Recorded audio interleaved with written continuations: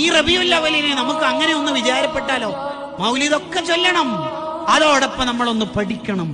റസൂലുള്ളാഹിനെ കുറിച്ച് സ്വല്പം പഠിച്ചാൽ ഇസ്ലാമിനോട് എന്തൊരു ഇഷ്ടമായിരിക്കും ഒരാൾക്ക്.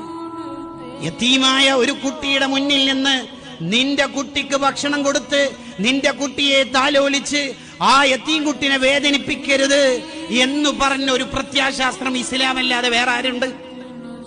ഇതാണ് നബി സല്ലല്ലാഹു അലൈഹി വസല്ലം തങ്ങളുടെ റഹ്മത്ത്. മുത്തുനബി സല്ലല്ലാഹു അലൈഹി വസല്ലം തങ്ങൾ പറയാറുണ്ട്, വലിയ സൂറത്തുകൾ ഓതണം എന്ന് വിചാരിച്ച് ഞാൻ നിസ്കാരത്തിന് കൈകെട്ടിയാൽ ഈ മഅ്മൂമികളിൽപ്പെട്ട ആരുടെയെങ്കിലും കുഞ്ഞുമക്കൾ പള്ളിയിലോ പരിസരത്തോ ഉണ്ടായി ആ ഉപ്പയെ കാണാത്തതിന്റെ പേരിൽ കരയുന്നുണ്ടെങ്കിൽ വളരെ ഷോർട്ടാക്കി എന്റെ നിസ്കാരം ഞാൻ സ്റ്റോപ്പ് ചെയ്യും. എന്തിന്? ആ കുട്ടിയുടെ കരച്ചിലടങ്ങാൻ. കണ്ടോ, ഈ നബിയെയാണ് നമ്മൾ വായിക്കേണ്ടത്.